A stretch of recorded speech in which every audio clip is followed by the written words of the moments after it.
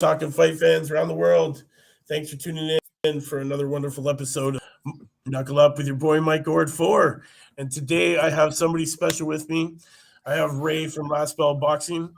And today we're going to talk about a wonderful fighter that Ray has brought to my attention. So I figured since he's from your area and from your town and where you reside from overseas, it's a good thing to bring you in and let's talk about him. And who I'm talking about is Sam Noakes. We know him. He's 7-0, 7 KOs. He said that he wants his first 10 to be all knockouts. And you know what, man? Honestly, I like watching this kid, man. Ray, how did you stumble onto this guy? Yeah, well, first of all, he's not from my town. He's from my country, though. He's not from my town. He's from your country. That's true. Yeah, he's from the south. But that's all right. But I first came about him because he was quite impressive as an amateur. He won gold at the Tri-Nations, which is it's similar to the ABAs, which are a national tournament, a bit like the American Golden Gloves. Okay. I'm not too sure what the Canadians have got, but the Americans have got the Golden Gloves, like the New York State Golden Gloves, LA State Golden Gloves. It's a bit like that. But the Tri-Nations is obviously England, Scotland, and Wales, and he won gold at that. That was up at light welterweight, so that was 64 kilograms. Right. So he was already turning heads doing that. Yeah, I believe his amateur record was he won 47 out of 53 and 26 by knockout. Yeah. So he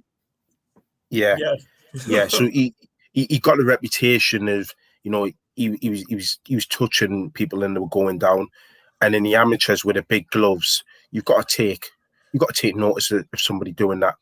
He signs with Frank Warren, and then it's not just because with promoters, they always say that their prospects are going to be the next best thing, and when you look at the ledgers of these prospects, they're always going to be in the first 10 fights so many knockouts, or so many TKO victories.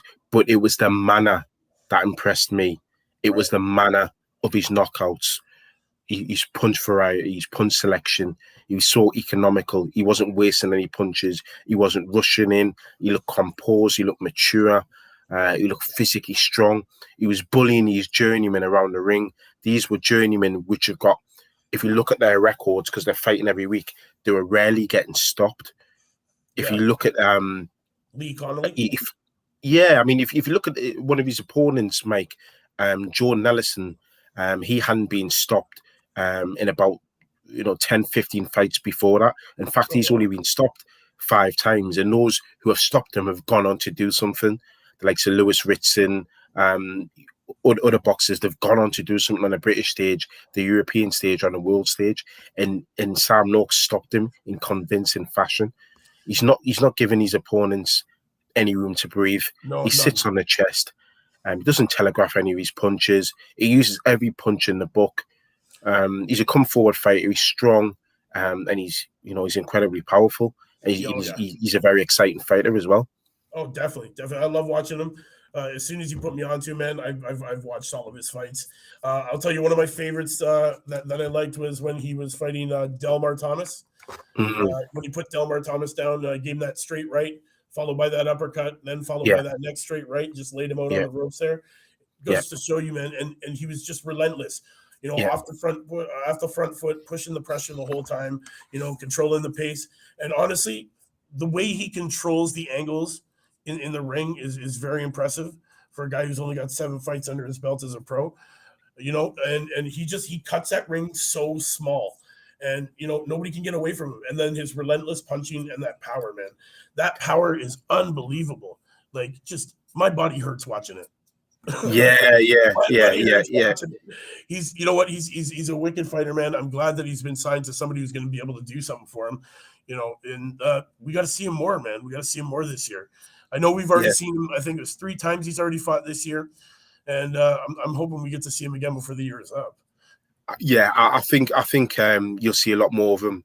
Just a big shout out to Carl, again from Last Bell Boxing. I know he's a fan of Sam Noakes. Sam's lined up to fight Mark Chamberlain. The two of them have got a little bit of a rivalry. Oh, nice. So I think at some point either early next year or middle of next year, there's going to be quite a big domestic fight between those two. But I think it makes sense because he's another prospect to build that fight up a bit more. Right. Going back to Sam, what Sam does do, yeah, he does show good footwork in order to cut off the ring, because footwork's important to cut off the ring. Right. He doesn't give people a breather when he does that, but he sets it up quite well, because whilst he's using his footwork to limit the space of his opponents, he's popping out the jab as well. So he's giving his opponent something to think about. So while they're looking for a way out, they're inevitably being pushed back against the ropes, and then he sets it up, uses the jab to kind of set up his left hand or right hand over the top. Sometimes when he's pumping out the jab, he's looking for a left hand to the body. So he's touching the head, touching the body, and then either gets him a right with a head or a left hook. So he varies up his punching. He's not too predictable. He's not arrogant enough to think he just walks through people. He does set up his punches. But even when he fought that Thomas lad that you were on about there, I'm sure that Thomas lad was unbeaten going into that fight. Yeah. So what he's shown is, even when I think that was about his 5th fight or something like that. He's not afraid of taking people on with a winning record, and I believe that comes down to his very decent amateur record, as you pointed out earlier on the program. Yeah, this kid's fearless. This kid believes he's probably ready for a British title fight now. It doesn't make any sense. There's no need to rush him. He's only very young. Let's just gradually step up his opponents, get the Mark Chamberlain fight next year, and then he can push on, because I believe that this boy is certainly one to watch. Definitely. Honestly, you pointed him out to me. Ever since I've seen him, honestly, I've thought the exact same thing. This kid, he doesn't need to rush it. He's only 24. He's got lots of time ahead of him. He's got the right management team. I'm pretty sure he's still being trained by Al Smith at iBox? Yes, he is, Al Smith, and then he's being managed by Frank Warren. Right. So with that combination, the sky's the limit. As long as he follows the game plan properly, and they're not going to rush him, we could see gold around his waist in maybe 2 years. It depends how. He's got the ability to. It just depends on who else is in that weight class as well, because the lightweights, there's going to be a lot of straight killers in that division. There's going to be a lot of serious cats there. You've got Keyshawn Davis might be still hanging around there.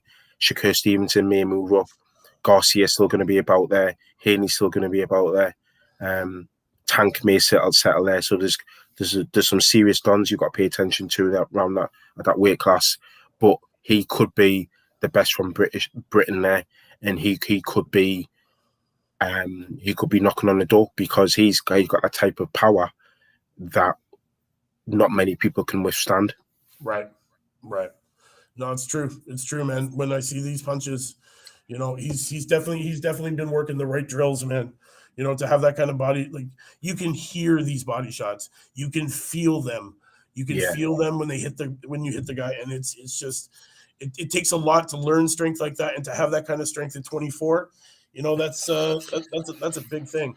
And to think if it wasn't for his mother pushing him to get some obedience, then he never would have boxed. It was his mom who pushed him into it, right? At 13 years old, you're getting in trouble. Boy. Time for you to get your ass in that gym. Yeah, it's a typical story, isn't it? I mean, he discipline. If it wasn't for that, we might not see him. He's got a couple of older brothers, I think, and they've been in and around the gyms, and I think he kind of followed, trying to get himself into check, because he's a bit of a naughty lad, and then it just kind of stuck. But look at him now. And he looks really, really promising. Really, really promising. Definitely.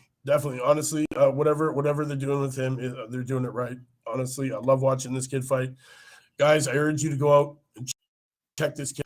I'm telling you, you will not be upset with the fights. Every single watch, this guy's controlling and he is bringing the pain and punishment to his opponents. I love the levels. He plays every level. Every time he's in an exchange, it's 3, 4, 5, 6 punches in the exchange, and he's hitting top to bottom, playing all sides. His setups are brilliant. In that Thomas fight, that setup for that uppercut was brilliant. The right, Yeah. fake left, come with the uppercut, comes back with the right, finishes it off. Very perfect. The kid is methodically planning his punches. He knows what he knows his ability. He knows what he can do. And I like how he's very calm, cool, and collective. It's almost like he's playing a game of chess. He's not rushing anything. And he knows his game plan, and his game plan is working. And you know what? I hope he makes that 10-0 with the 10 knockouts, man. That'd be nice to see. Yeah, and he probably will. And when it gets to that point, they'll probably have to look at stepping him up again. But make no bones about it. He's got a lot more to his game than what his record suggests as just being a puncher. He's a little bit more savvy than that. But it's just because, if the knockout's there, he'll take it. Yeah. He's savage. He will jump on you. He won't let you off the hook. And that's what I like about him. He's spiteful. He's nasty. Oh, he is. He's very spiteful. But you know what? That makes a great boxer. He's got some sort of nickname too, right? Some crazy nickname. Midge. What's it? Midge. Yeah. I wonder where he got that from. Yeah, it's because he was small as a kid. Oh, okay. Midge is like, we say midget. Like if somebody's short, they're a midget, So he got called Midge. But I mean, you wouldn't say that to him now. No, because he's for wanting a punch in the mouth. Yeah, for a lightweight, he's very thick set. Yeah. So I wonder how long he's gonna be at the weight for, because he is quite thick. It's not like from weightlifting. It's just naturally thick. Yeah, and he's only 5'8". He's not a super tall guy. He's 5'8". No, I mean, yeah. I mean, 5'8" all right for lightweight. But I know what you mean. It's not like he's 5'10", 5'11", where he could probably go up through the weights. That's what I mean. They're gonna have to be careful about his diet. Try and keep him at lightweight for as long as possible. Apparently, his mother controls his nutrition plan. Is something I read up in an article. His mom's been controlling. Yeah. Well, in the UK they do say mother knows best. So mom does know best, man, and there's nothing better than her cooking, right? Yeah. So they probably do need to. She probably does realize and acknowledge what's good for him and what's not. So she knows him better than anybody. But it'll be nice to keep him at the lightweight limit for title fights and as long as possible, because I think his advantages suit the lightweight division.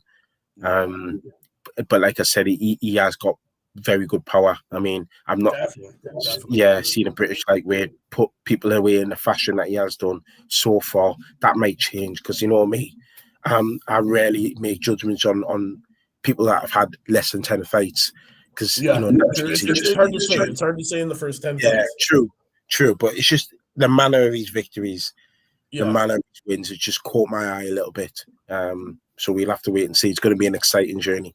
Yes, definitely, and I hope we get to see him a couple more times before the year's up. Hopefully, he hits that number 10, and then we see where he goes from there. It's going to be an amazing journey. Other than that, I guess that's all we can really say about him. Other than all our fans out there, go and watch this guy. Do not sleep on him, man. I'm telling you, Sam Noakes. The guy is a killer, relentless, ruthless, pressure pusher, man. Powerful hands. The guy is a knockout artist by all means. 7-0, 7 knockouts. He's going for 10-0, 10 knockouts. I'm getting behind him. I think everybody else should get behind him too. Ray, I love the fact that you put this guy in my view so that I could see him as well, because honestly, pure entertainment. You know what? The UK is totally busting out wicked prospects right now. And you know what? Boxing needs it. Definitely. And this is one of the future. This guy's the future of the sport. Definitely. And that being said, to all our fans out there, Ray, do you have anything else you want to add before we jet out?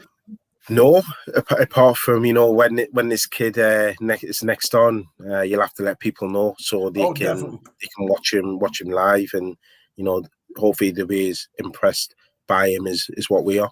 Oh, definitely, guys, fans watching around the world. I will let you know the next time this guy's stepping in the ring. You're not going to want to miss it. It's always an event. This kid just ruthlessly puts his opponents away.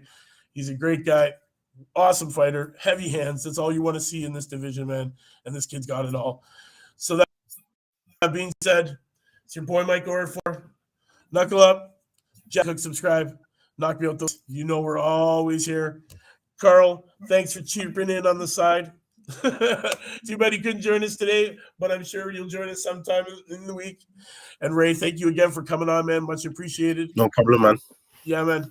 So, guys out there, that's it, man. Mike Ord, 4 o'clock.